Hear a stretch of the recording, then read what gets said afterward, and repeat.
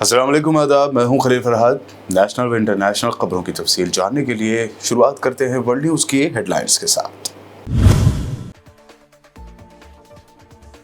गजा को 3 हिस्सों में तकसीम करने का इसराइली पीएम नेतन्याहू का प्लान। नॉर्थ गजा को इसराइल में शामिल कर सकता है इसराइल, मिस्री माहिर का दावा।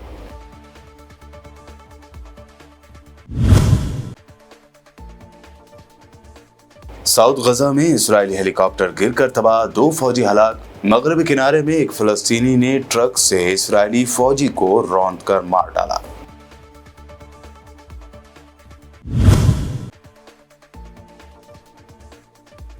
इसराइल ने अब साउथ लेबनान के कस्बों पर शुरू किए फिजाई हमले। जनूबी लेबनान के कई कस्बे में 17 मरतबा की बमबारी, कई इमारतें तबाह।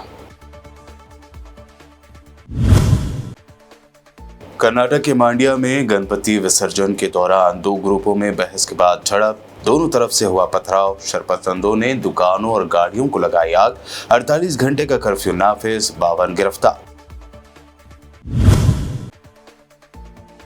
हिंदुस्तान के चीफ जस्टिस के घर पहुंचे पीएम मोदी ने की गणपति पूजा। वायरल हुआ वीडियो। मारूफ एडवोकेट प्रशांत भूषण ने कहा, जुडिशरी सिस्टम के बारे में भेजे जा रहे हैं गलत इशारे। और जलते मणिपुर का दौरा न करने पर पीएम मोदी पर निकला कांग्रेस तर्जुमान सुप्रिया श्रीनेते का गुस्सा। कहा, मणिपुर की बेटी का जिस्म नोचने की वीडियो वायरल होने के बाद सिर्फ 36 सेकंड बोले पीएम मोदी, ये हम भूले नहीं।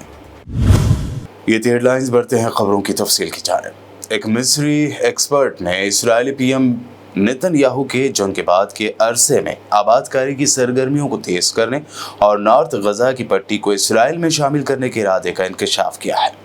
इजिप्शियन फौजी मेजर जनरल महमूद कबीर, जो तस्वीराती माहिर और कमांड एंड स्टाफ कॉलेज के एडवाइजर हैं, उन्होंने कहा कि इसराइल इस वक्त शुमाली गजा की पट्टी पर नेट्सारेम कॉरिडोर तक अपने कंट्रोल को मुकम्मल करने और इस इलाके को बतदरीज आबाद करने और इसराइल के साथ मिलाने की कोशिश कर रहा है।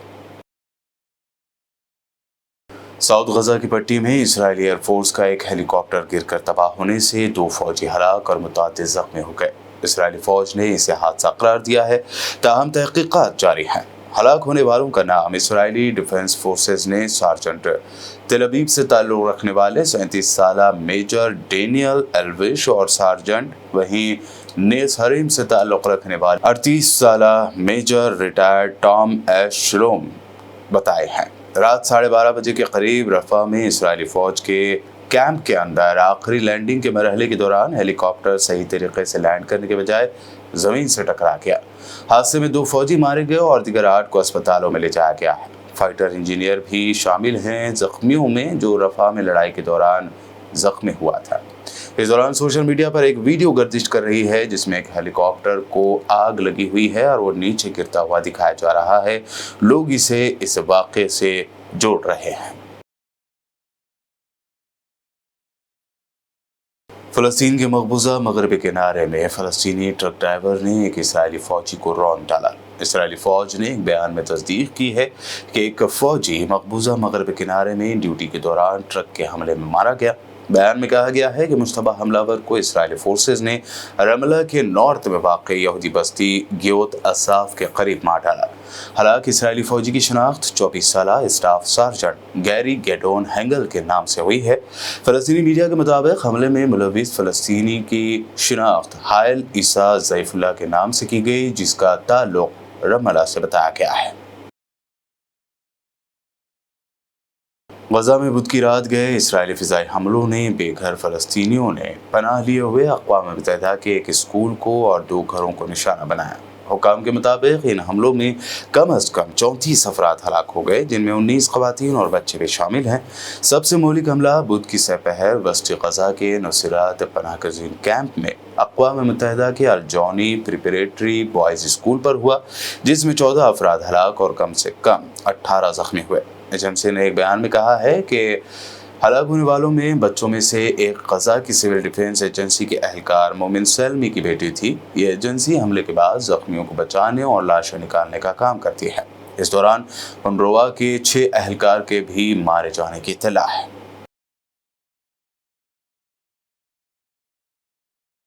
उधर इस्राएली फौज ने अल-सबा से जुनूबी लबनान के कस्बों पर फिजाई हमलों का सिलसिला जारी रखा है। इलाके में ऐनी शाहिदीन की फराहम करदा मालूमात के मुताबिक इस्राएली जंगी तैयारों ने जुनूबी लबनान के कस्बों ज़ेविकिन, अल-शाइतिया, कलेला, मजदल जोन, हनिया और तायर हरफा के मुख्तलिफ मकामात को 17 मरतबा निशाना बनाया।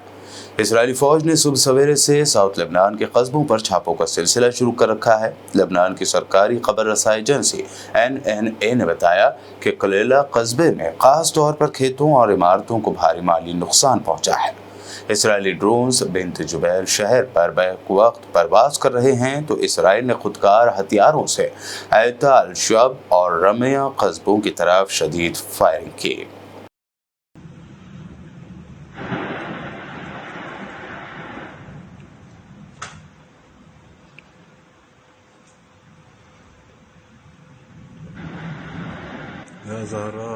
इराक़ी दारुल हुकूमत बगदाद में फौजी चेक पॉइंट के करीब बम धमाके के नतीजे में 2 हिफाजती एहलकार जाँ बहक हो गए। गैर मुल्की ज़राए इब्लाग के मुताबिक इराक़ी दारुल हुकूमत बगदाद के अल-शौरा नामी इलाके में वाक़ एक फौजी चेक पॉइंट के करीब खड़े टुक टुक में नसब बम धमाके से फट गया। धमाके की वजह से वहां मौजूद 2 हिफाजती एहलकार मौके पर हलाक हो गए, जबकि धमाके से मुताल्लिक़ सरकारी ज़राए की जानिब से अभी कोई बयान सामने नहीं आया है। वियतनाम के शुमारी सूबे फोतो में दरिया पर बना एक पुल सैलाबी रहने के बाद टूट गया, जिसके नतीजे में मुतादिद गाड़ियां दरिया में गिर गईं, जिसकी वीडियो सोशल मीडिया पर वायरल हो रही है। रिपोर्ट के मुताबिक 375 मीटर तवील फोंग चाओ पुल के गिरने से कम 10 गाड़ियां, जिनमें मोटरसाइकिलें और कारें व ट्रक शामिल हैं, वो दरिया में जा गिरे। हुक्काम का इस हवाले से कहना है कि वियतनाम में पेश आए इस अफसोसनाक हादसे के बाद 13 अफराद लापता हैं। वहीं नायब वज़ीर आज़म होडक फुक के मुताबिक अभी तक किसी हलाकत की तस्दीक नहीं की जा सकती।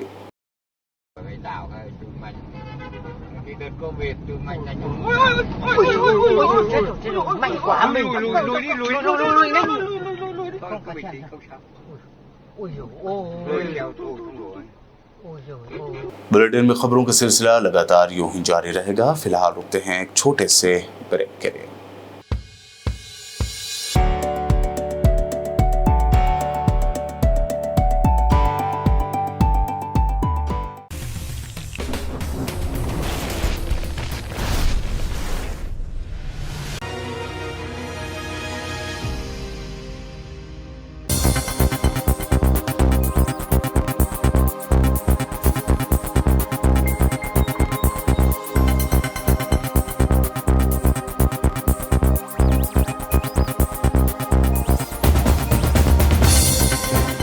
ब्रेक के बाद आगे बढ़ते हैं और अब देखते हैं अहम नेशनल न्यूज़।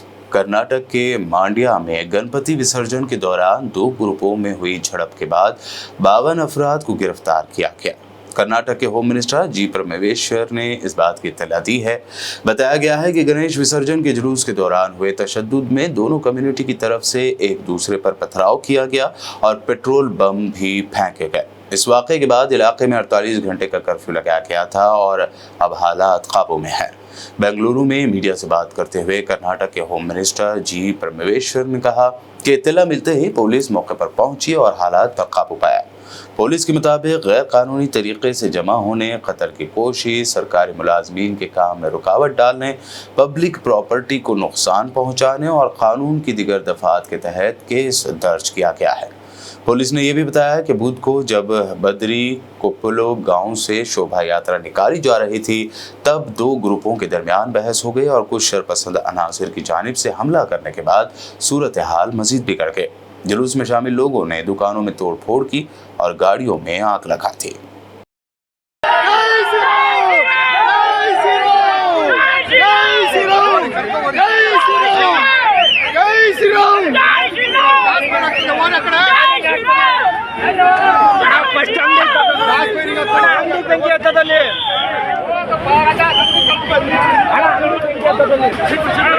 ಸರ್ ನಿಮಗೆ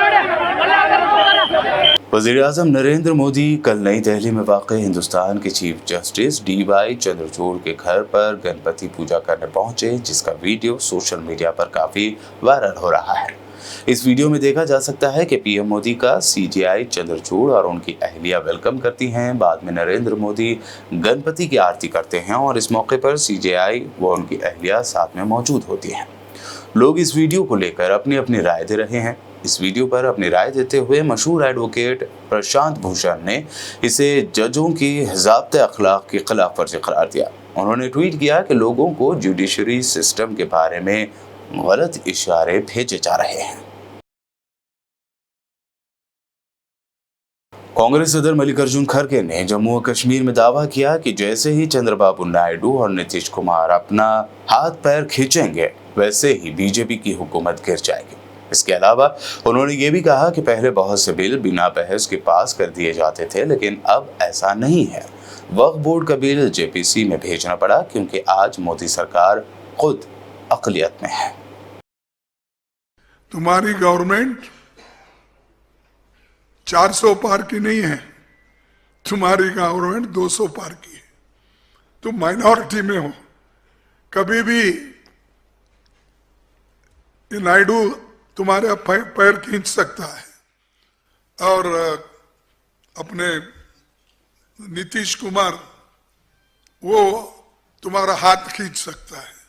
तो तुम परमानेंट नहीं हो, तुम दोनों एक हाथ में, एक का पैर किसी के पास है, हाथ किसी के पास है। तो सोच के कदम रखना चाहिए। अगर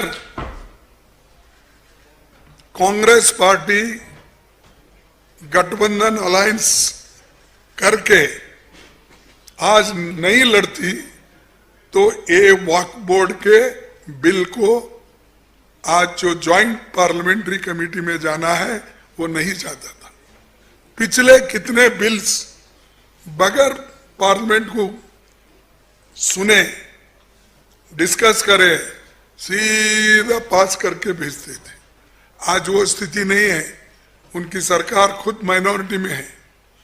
इसीलिए आज वक्फ बोर्ड जैसा बिल आज ज्वाइंट पार्लियामेंट्री पार्टी के सामने है। फिर भी वो बुलडोज करने की कोशिश करेंगे, लेकिन हम आपकी लड़ाई लड़ रहे हैं, लड़ते रहेंगे, ये हमारा वायदा है।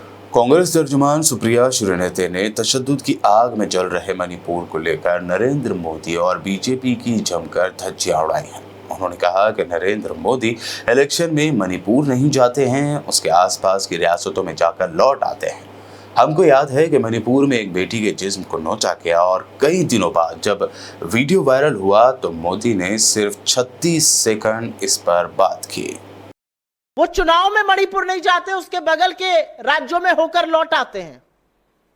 वो अमेरिका, फ्रांस, ब्रिटेन, ग्रीस, रूस, यूक्रेन सब जगह घूम आते हैं, बस मणिपुर नहीं जाते हैं। क्या ये किसी भी मर्यादित सरकार के लिए लोकतंत्र में स्वीकार्य है कि इस देश का प्रधानमंत्री ने एक राज्य को अपने हाल पर जलने के लिए छोड़ दिया है? कोई आक्रोश नहीं है। हम सबको याद है कि उन आदमखोरों की भीड़ ने कैसे बेटियों के शरीर को नोचा था। 76 दिन तक वो वीडियो बाहर नहीं आया था। जब आया तो नरेंद्र मोदी 36 सेकंड के लिए बोले थे। हम भूले नहीं उन बातों को। एक मिनट का वक्त नहीं है। और मैं आपके जैसे प्रबुद्ध मीडिया के साथियों से यह पूछना चाहती हूं, भाजपा के प्रवक्ताओं से पूछना चाहती हूं, सांसदों से पूछना चाहती हूं, मंत्रियों से पूछना चाहती हूं, बीजेपी के ट्रोल इकोसिस्टम से पूछना चाहती हूं। किसी और देश में हिंसा भड़कती है तो आपकी रातों की नींद खत्म हो जाती है। आपके देश का एक राज्य मणिपुर, 60 से 65 हजार महिलाएं और बच्चे आज की तारीख में भी विस्थापित हैं। कौन जवाबदेह है? Who is answerable? यह सवाल है अपने आप में। खातून रेसलर विनेश फोगाट ने इंतखाबी रैली के दौरान बताया कि उन्होंने कांग्रेस क्यों ज्वाइन की। विनेश ने कहा कि जब एहतजाज के दौरान उन्हें सड़कों पर घसीटा जा रहा था, उस वक्त कांग्रेस पार्टी ही थी जो हमारे साथ खड़ी थी। सारे लोग पूछते हैं मेरे से कि आपने कांग्रेस ज्वाइन क्यों किया था। 2 साल से संघर्ष किया है, सड़कों पे बैठे थे, लाठियां खाई हैं, जो मान सम्मान हमने कमाया था ऐसा लगा था कि हमारा सब वो सड़कों के ऊपर घसीटा गया है। लेकिन मुझे याद है 28 तारीख को जब हम सड़कों पे घसीटा जा रहा था, मैं भाई साहब बिना सिक्योरिटी के किसी भी आदमी को नहीं लेके आए, अकेले भागे आए अपने घर से और हमारे लिए आए थे कि बच्चों को कुछ ना हो जाए। तो ये उनका जो प्यार है, जो सम्मान है, उसकी हम बहुत इज्जत करते हैं। ऐसा नहीं है कि मैं कांग्रेस में आई हूं तब इज्जत करती हूँ, हमारे दिलों में खिलाड़ी होने के नाते जो प्यार था, जो सम्मान था, इतना क्लोज है कि इनको जो जाना है वो प्यार मैं चाहती हूँ कि आप सब इनको दें और कांग्रेस पार्टी को दें। कांग्रेस पार्टी हमारी सरकार बनाए, भूपेंद्र सिंह हुड्डा जी के नेतृत्व में हम जीते और खेलों का जो 10 साल से जो विकास रुका हुआ है, मैं चाहती हूँ भाई साहब आप वादा करके जाओ कि हमारे खेल जो पहले प्रगति पे थे ऐसे ही प्रगति पे रहे। कांग्रेस पार्टी ने बीजेपी लीडर और साबिक एमएलए तरविंदर सिंह मारवा का एक वीडियो शेयर करते हुए दावा किया कि उन्होंने राहुल गांधी को कत्ल की धमकी दी है। इस वीडियो में बीजेपी लीडर तरविंदर सिंह साफ कहते हुए नजर आ रहे हैं कि राहुल गांधी बाज आ जा, नहीं तो आने वाले टाइम में तेरा भी वही हाल होगा जो तेरी दादी का हुआ। कांग्रेस ने आगे लिखा कि बीजेपी का यह लीडर खुलेआम मुल्क के अपोजिशन लीडर को कत्ल की धमकी दे रहा है। राहुल गांधी बाज आजा, नहीं तो आने वाले टाइम में तेरा भी वो हाल होएगा राहुल गांधी जो तेरे दादी का हाल है। राहुल गांधी बाज आजा, नहीं तो आने वाले टाइम में तेरा भी वो हाल होएगा राहुल गांधी जो तेरे दादी का हाल है। और अब आखिर में हेडलाइंस पर डालते हैं एक और नजर। गजा को 3 हिस्सों में तकसीम करने का इजरायली पीएम नेतन्याहू का प्लान। नॉर्थ गजा को इसराइल में शामिल कर सकता है इसराइल, मिस्री माहिर का दावा।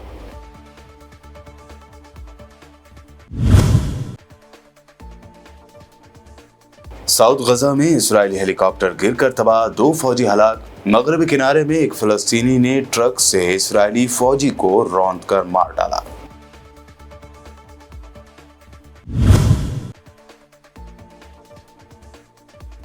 इसराइल ने अब साउथ लेबनान के कस्बों पर शुरू किए फिजाई हमले। जनूबी लेबनान के कई कस्बे में 17 मरतबा की बमबारी, कई इमारतें तबाह। कर्नाटक के मांड्या में गणपति विसर्जन के दौरान 2 ग्रुपों में बहस के बाद झड़प, दोनों तरफ से हुआ पथराव। शरपतंदों ने दुकानों और गाड़ियों को लगाई आग। 48 घंटे का कर्फ्यू नाफिज, 52 गिरफ्तार। हिंदुस्तान के चीफ जस्टिस के घर पहुंचे पीएम मोदी ने की गणपति पूजा। वायरल हुआ वीडियो। मारूफ एडवोकेट प्रशांत भूषण ने कहा, जुडिशरी सिस्टम के बारे में भेजे जा रहे हैं गलत इशारे। और जलते मणिपुर का दौरा न करने पर पीएम मोदी पर निकला कांग्रेस तर्जुमान सुप्रिया श्रीनेते का गुस्सा। कहा, मणिपुर की बेटी का जिस्म नोचने की वीडियो वायरल होने के बाद सिर्फ 36 सेकंड बोले पीएम मोदी, ये हम भूले नहीं। वर्ल्ड न्यूज में अभी आपने देखी अब तक की अहम नेशनल व इंटरनेशनल न्यूज। मजीद ताज़ा तरीन अपडेट्स और दिलचस्प प्रोग्राम्स के लिए देखते रहिए बीपीएन चैनल।